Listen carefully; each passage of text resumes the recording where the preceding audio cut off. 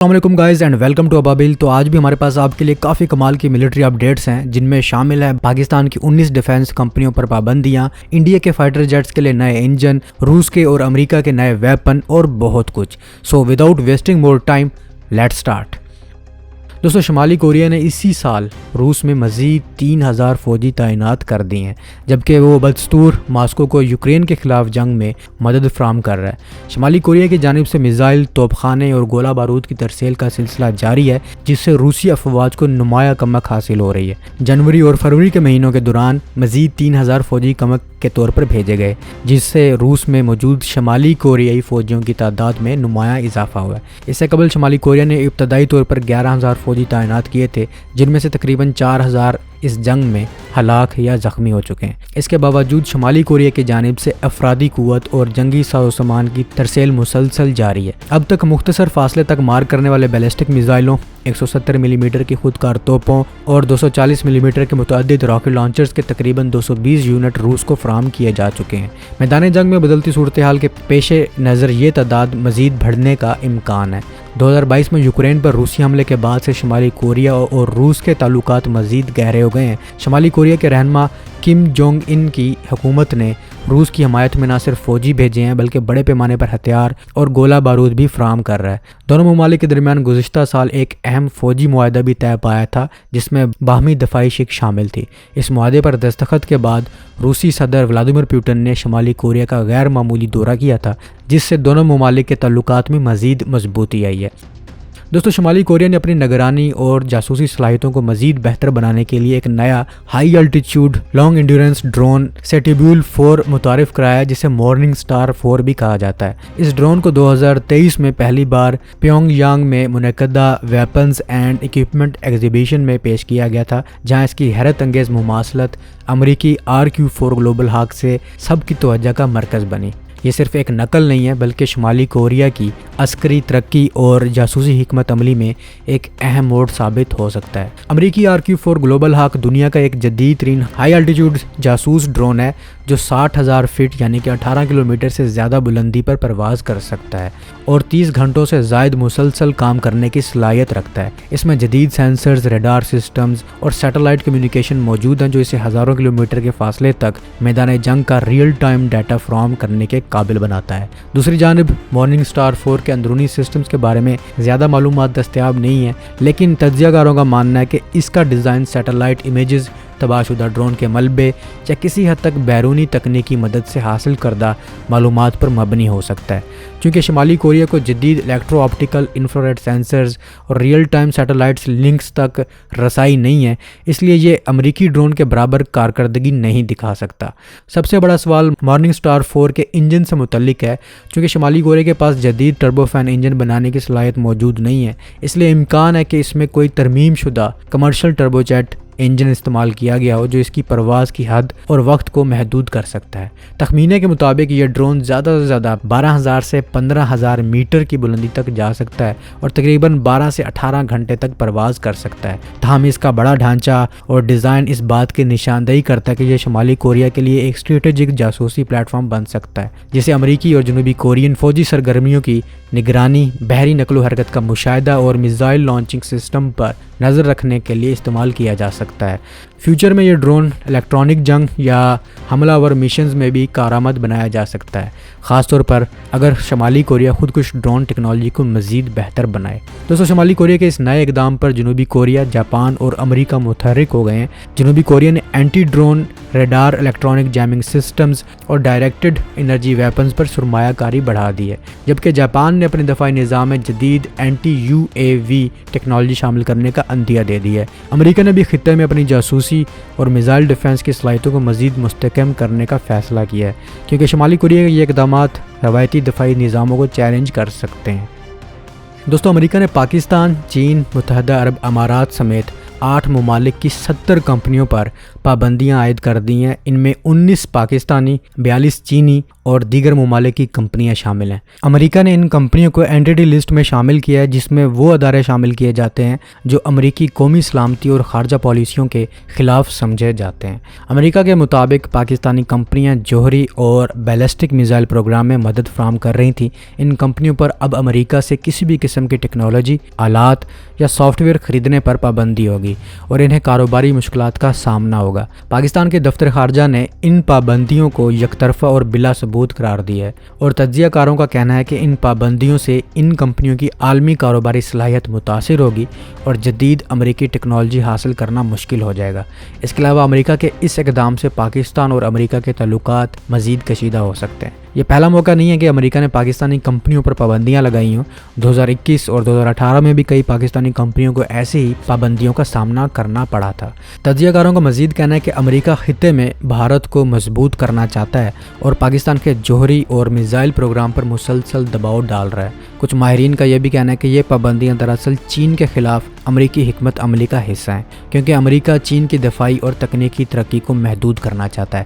یہ صورتحال پاکستان کے لیے سفارتی، صنعتی اور دفاعی لحاظ سے ایک چیلنج ہے۔ پابندیوں کے باعث پاکستان کو جدید ٹیکنالوجی تک رسائی میں مشکلات ہوں گی اور عالمی سطح پر اس کا امیج متاثر ہو سکتا ہے۔ دوستو، روس کی دفاعی ایروسپیس انڈسٹری جدید بغیر پائلٹ والے ایئر سسٹمز کی ترقی میں نمایاں پیش رفت کر رہی ہے، جس میں S-70 اوخوتنک B ایک اہم منصوبہ ہے۔ یہ ایک اسٹریٹجک اسٹیلتھ ڈرون ہے جو روس کے جدید Su-57 فائٹر جیٹ کے ساتھ مل کر کام کرنے کے لیے ڈیزائن کیا گیا ہے۔ یہ نیا مینڈ انمینڈ یعنی کہ پائلٹ والے اور بغیر پائلٹ کے جنگی طیاروں کا اشتراک کا تصور ہے، جو روس کے فضائی جنگی حکمت عملی کو نئی شکل دے سکتا ہے۔ S-70 کو روسی کمپنی سخوئی اور MiG نے مل کر تیار کیا ہے۔ یہ امریکی B-2 اسپرٹ بمبار طیارے کی طرح ایک فلائنگ ونگ ڈیزائن رکھتا ہے، جسے ریڈار پر کم نمایاں بناتا ہے۔ اس کا وزن تقریباً 20 ٹن ہے اور اس کے پروں کا پھیلاؤ 20 میٹر تک ہے۔ اس میں AL-31F ٹربو فین انجن لگایا گیا ہے، جو اسے 1000 کلومیٹر فی گھنٹے کی رفتار سے پرواز کی صلاحیت دیتا ہے، جبکہ یہ 12000 میٹر کی بلندی تک اڑ سکتا ہے۔ اس کی رینج تقریباً 4000 کلومیٹر ہے، جس کا مطلب ہے کہ یہ بغیر ریفیولنگ کے طویل فاصلے تک جاسوسی اور حملوں کے مشن انجام دے سکتا ہے۔ یہ ڈرون اندرونی ویپن بے میں مختلف جدید بوم اور میزائل لے جانے کی صلاحیت رکھتا ہے، جو اسے اسٹیلتھ رکھ کر اہداف کو نشانہ بنانے میں مدد دیتا ہے۔ اس میں جدید censors, electro optical systems, synthetic aperture radar اور سگنل انٹیلیجنس سسٹمز شامل ہیں، جن کی مدد سے یہ جاسوسی، الیکٹرانک وارفیئر اور حملوں کے مشن انجام دے سکتا ہے۔ Su-57 کے ساتھ شراکت اس ڈرون کی سب سے بڑی خاصیت ہے۔ Su-57 فائٹر جیٹ اس ڈرون کو حکم دینے اور کنٹرول کرنے کا کردار ادا کر سکتا ہے، جس کی بدولت یہ دشمن کے علاقے میں جاسوسی، الیکٹرانک جیمنگ یا ہدف پر حملہ کر سکتا ہے، جبکہ فائٹر جیٹ کا پائلٹ محفوظ فاصلے پر رہتا ہے۔ دوستو، یہ بھی اطلاعات ہیں کہ Su-57 کا 2 سیٹوں والا نیا ورژن تیار کیا جا رہا ہے، جو کہ ایک ساتھ 4 S-70 اوخوتنک ڈرونز کنٹرول کر سکے گا۔ اس سے روسی فضائیہ مختلف جدید حکمت عملیاں جیسے کہ ڈرونز کا جھنڈ بنا کر حملہ کر سکتا ہے، جسے سوارمنگ اٹیکس کہتے ہیں، دشمن کے ریڈار کو جام کرنا اور ریئل ٹائم انٹیلیجنس شیئرنگ کو مزید مؤثر بنا سکے گا۔ دوستو، یہ پروگرام کئی سنگ میل عبور کر چکا ہے۔ پہلی پرواز اگست 2019 میں ہوئی، جبکہ Su-57 کے ساتھ پہلی مشترکہ پرواز ستمبر 2019 میں انجام دی گئی۔ تاہم اکتوبر 2024 میں ایک بڑا واقعہ پیش آیا جب ایک روسی Su-57 نے یوکرین کے اوپر اپنا ہی S-70 اوخوتنک ڈرون مار گرایا تھا تاکہ اس کی جدید ٹیکنالوجی دشمن کے ہاتھ نہ لگے، لیکن رپورٹس کے مطابق یوکرینی فورسز نے اس کے کچھ ملبے کو حاصل کر لیا تھا، جس سے مغربی ماہرین اس کے سسٹمز کا تجزیہ کر سکتے ہیں۔ روس کے علاوہ امریکہ اور چین بھی اس طرح کے لوئل ونگ مین یعنی خود مختار جنگی ڈرون پروگرامز پر کام کر رہے ہیں۔ امریکہ کا MQ-28 گھوسٹ بیٹ اور چین کا FH-97A اس طرح کے منصوبے ہیں جو فائٹر جیٹ کے ساتھ مل کر کام کرنے کے لیے ڈیزائن کیے جا رہے ہیں۔ یہ جدید ڈرونز فضائی جنگ کے مستقبل کی شکل بدل سکتے ہیں۔ وہ نہ صرف انسانی پائلٹس کو محفوظ رکھتے ہیں بلکہ جدید الیکٹرانک جنگی سسٹمز، جدید میزائلز اور مصنوعی ذہانت یعنی کہ آرٹیفیشل انٹیلیجنس کے ذریعے خطرناک علاقوں میں کارروائی کو زیادہ مؤثر بناتے ہیں۔ اگر روس اس ٹیکنالوجی کو مکمل طور پر کامیاب بنا لیتا ہے تو یہ مستقبل میں فضائی جنگ کی منصوبہ بندی کے لیے ایک نیا معیار قائم کر سکتا ہے۔ دوستو روس نے حال ہی میں سولسٹ نامی ایک جدید ہتھیار کا تجربہ کیا ہے جو ڈرون اور گائیڈڈ میزائل کا امتزاج ہے۔ یہ نظام خاص طور پر انفینٹری کے لیے تیار کیا گیا ہے اور اسے ایک مرتبہ استعمال کر کے ترک کر دیا جاتا ہے۔ سولسٹ کو ایک لانچ ٹیوب سے فائر کیا جاتا ہے اور اس کی پرواز کو ایک operator first person view FPV کے ذریعے کنٹرول کرتا ہے جسے ہدف پر عین نشانہ لگایا جا سکتا ہے۔ یہ نظام RPG-7 اور SPG-7 جیسے معیاری گولہ بارود کے ساتھ مطابقت رکھتا ہے جو اسے مختلف اہداف کے خلاف مؤثر بناتا ہے۔ سولسٹ کی رینج تقریباً 10 کلومیٹر تک ہے اور یہ 500 کلومیٹر فی گھنٹہ کی رفتار سے پرواز کر سکتا ہے۔ اس کی اونچائی 2000 میٹر تک پہنچ سکتی ہے۔ یہ نظام الیکٹرانک جنگی نظاموں کے خلاف مزاحمت رکھتا ہے اور اس کی پیداوار 2025 کے درمیان میں ہی شروع ہونے کی توقع ہے۔ دوستو روس نے ایک اور نیا ہتھیار بنایا ہے جو کہ ایک لیزر ویپن ہے جو UAV یعنی کہ ڈرونز کو 500 میٹر کی دوری تک نشانہ بنا سکتا ہے۔ یہ ہتھیار ڈرونز کو جلانے کی صلاحیت رکھتا ہے جو روایتی فضائی دفاعی نظاموں کے مقابلے میں زیادہ مؤثر اور کم قیمت حل فراہم کرتا ہے۔ 2023 میں روس نے ایک لیزر گن کے کامیاب تجربات کیے تھے جس میں مختلف اقسام کے ڈرونز کو تباہ کیا گیا تھا۔ یہ نیا لیزر ویپن روس کی جانب سے ڈرونز کے خلاف دفاع کو مضبوط بنانے کی کوششوں کا حصہ ہے۔ اس سے پہلے روسی نائب وزیر اعظم یوری بوریسوف نے 2022 میں اعلان کیا تھا کہ روس نے یوکرین میں ڈرونز کو جلانے کے لیے ایک نئی نسل کے طاقتور لیزر ہتھیاروں کا استعمال شروع کیا ہے۔ یہ پیش رفت روس کی دفاعی صلاحیتوں میں ایک اہم اضافہ ہے اور مستقبل میں ڈرونز کے خلاف جنگ میں نئی راہیں کھول سکتی ہے۔ دوستو یوکرینی فوج نے امریکی ساختہ ہائی مارس راکٹ سسٹم کا استعمال کرتے ہوئے روس کے بیلگرڈ ایئر فیلڈ پر حملہ کیا ہے جس میں کم از کم 2 روسی ہیلی کاپٹرز کو نقصان پہنچا ہے۔ اطلاعات کے مطابق یہ حملہ روس کے اندر ایک اہم فوجی ہدف کو نشانہ بنانے کی ایک اور کوشش تھی۔ بیلگرڈ ایئر فیلڈ روس کے بارڈر کے قریب واقع ہے اور فوجی آپریشنز کے لیے استعمال ہوتا ہے۔ حملے کے بعد دھماکوں کی آوازیں سنائی دیں اور کچھ رپورٹس کے مطابق ہیلی کاپٹرز کو شدید نقصان پہنچایا۔ یہ حملہ یوکرین کی جانب سے ہائی مارس میزائل سسٹم کے مؤثر استعمال کی ایک اور مثال ہے جو طویل فاصلے تک درست نشانہ لگانے کی صلاحیت رکھتا ہے۔ روسی حکام نے ابھی تک حملے کی تفصیلات کی تصدیق نہیں کی ہے، تاہم ایسی کارروائیاں ظاہر کرتی ہیں کہ یوکرین روس کے فوجی انفراسٹرکچر کو نشانہ بنانے کی اپنی حکمت عملی جاری رکھے ہوئے ہے۔ دوستو ایپائرس کمپنی جو کیلیفورنیا میں واقع ایک دفاعی ٹیکنالوجی کمپنی ہے، اس نے ایک جدید ہتھیار لیونائڈس متعارف کرایا ہے۔ یہ ہتھیار خاص طور پر ڈرونز کو ناکارہ بنانے کے لیے بنایا گیا ہے اور طاقتور مائکرو ویوز یعنی کہ برقی شعاعیں خارج کرتا ہے جو ایک ہی وقت میں کئی ڈرونز کو تباہ کر سکتا ہے۔ اسے ایک ایسی ڈھال سے تشبیہ دی جا رہی ہے جو کسی سائنسی فلم کی طرح دشمن کے حملے کو روک سکتی ہے۔ آج کل جنگ کے طریقے بدل چکے ہیں اور ڈرونز کا استعمال تیزی سے بڑھ رہا ہے اور روایتی ہتھیار جیسے میزائل یا بندوقیں زیادہ مہنگی اور محدود گولہ بارود رکھنے کی وجہ سے زیادہ مؤثر ثابت نہیں ہو رہے۔ لیونائڈس کا فائدہ یہ ہے کہ اسے صرف بجلی درکار ہوتی ہے اور یہ بار بار استعمال کیا جا سکتا ہے۔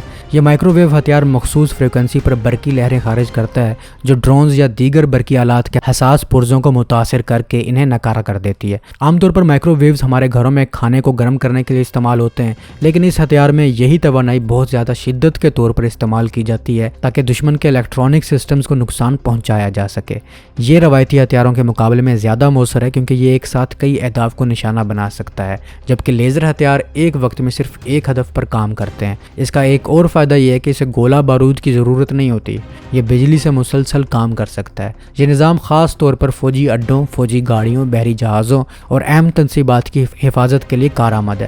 اس کے ذریعے دشمن کے ڈرونز یا دوسرے الیکٹرانک آلات جیسے ریڈار اور کمیونیکیشن سسٹمز کو بھی ناکارہ بنایا جا سکتا ہے۔ اس کا مطلب یہ بھی ہے کہ اسے دفاعی نظام کے ساتھ ساتھ دشمن کے مواصلاتی نظام کو درہم برہم کرنے کے لیے بھی استعمال کیا جا سکتا ہے۔ یہ سسٹم زیادہ تر زمین پر کسی ایک جگہ نصب کیا جا سکتا ہے یا گاڑیوں پر لگایا جا سکتا ہے تاکہ جنگی میدان میں فوری طور پر کام کر سکے۔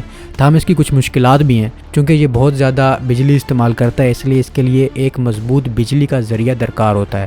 خراب موسم جیسے بارش یا دھند اس کی کارکردگی پر اثر ڈال سکتی ہے۔ اس کے علاوہ اس بات کا بھی خطرہ رہتا ہے کہ اس کی طاقتور برقی شعاعیں دوست فوجی آلات کو بھی متاثر کر سکتی ہیں، اس لیے اس کے استعمال کے لیے احتیاط برتنا ضروری ہوگا۔ یہ نیا ہتھیار صرف امریکہ ہی نہیں بلکہ دنیا کے کئی دوسرے ممالک میں بھی دلچسپی کا باعث بن رہا ہے۔ امریکہ کے علاوہ چین، روس، برطانیہ، فرانس، جرمنی، بھارت، اسرائیل اور کئی دوسرے ممالک بھی اس قسم کے برقی ہتھیاروں پر تحقیق کر رہے ہیں۔ مختلف ممالک میں لیزر اور مائکرو ویو ہتھیاروں پر کام ہو رہا ہے تاکہ مستقبل میں جنگی حالات میں ان کا بہتر استعمال کیا جا سکے۔ دوستوں امریکہ کی GE ایروسپیس کمپنی نے بھارت کے مقامی طور پر تیار کردہ لڑاکا طیارے light combat aircraft LCA Mk-1A کے لیے پہلے جیٹ انجن کی ترسیل کر دی ہے۔ یہ ترسیل 2 سال کی تاخیر کے بعد ہوئی ہے، جس کی وجہ سے بھارتی فضائیہ کے جنگی طیاروں کی جدید کاری کے منصوبے میں رکاوٹیں پیدا ہوئیں۔ بھارتی فضائیہ پرانے روسی ساختہ MiG-21 طیارے ریٹائر کرنا چاہتی تھی، لیکن LCA Mk-1A طیاروں کی تاخیر کی وجہ سے اسے مشکلات کا سامنا ہے۔ پاکستان اور چین کے جدید ہوتی فضائیہ کے مقابلے میں بھارت کو اپنے لڑاکا اسکواڈرن کی تعداد کم ہونے کا بھی سامنا ہے۔ GE ایروسپیس نے 25 مارچ کو اعلان کیا ہے کہ اس نے پہلا انجن بھارتی کمپنی ہندوستان ایروناٹکس لمیٹڈ کو فراہم کر دیا ہے۔ یہ کمپنی اس سال 12 مزید انجن فراہم کرے گی۔ بھارتی کمپنی حال کو ماضی میں فضائیہ کی طرف سے وعدے پورے نہ کرنے پر تنقید کا سامنا رہا ہے۔ اب تک اس نے 4 LCA Mk-1A طیارے تیار کیے ہیں جو فروری میں ایرو انڈیا 2025 میں نمائش کے لیے پیش کیے گئے تھے۔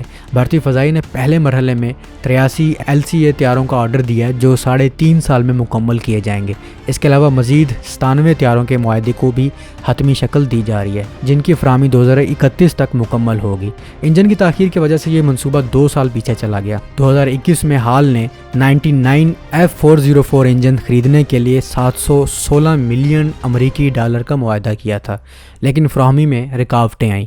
بھارتی فضائیہ کے پاس اس وقت 32 LCA Mk-1 طیارے موجود ہیں اور مجموعی طور پر وہ 350 طیارے آپریشنل کرنے کا منصوبہ رکھتا ہے۔ دوستوں بھارت نے چاند پر مشن بھیجا ہے، لیکن ابھی تک اپنا جیٹ انجن بنانے میں کامیاب نہیں ہو سکا۔ جیٹ انجن بنانے کے لیے دہائیوں کا تجربہ درکار ہوتا ہے، اور دنیا میں ایسے ممالک کی تعداد جو نیوکلیر ہتھیار بنا سکتے ہیں ان سے زیادہ ہے جو اپنے لڑاکا طیاروں کے انجن بنا سکتے ہیں، جن میں امریکہ، روس، برطانیہ، فرانس اور چین شامل ہیں، جبکہ نیوکلیر ہتھیار بنانے والے ممالک کی تعداد اس سے زیادہ ہے۔ کئی ممالک اب اپنا انجن بنانے کی کوششوں میں ہیں، جن میں انڈیا اور ترکی نمایاں ہیں۔ بھارتی ساختہ کاویری انجن مطلوبہ طاقت حاصل کرنے میں ناکام رہا ہے، جس کے بعد HAL یعنی کہ حال کو GE ایروسپیس کے انجن پر انحصار کرنا پڑا ہے۔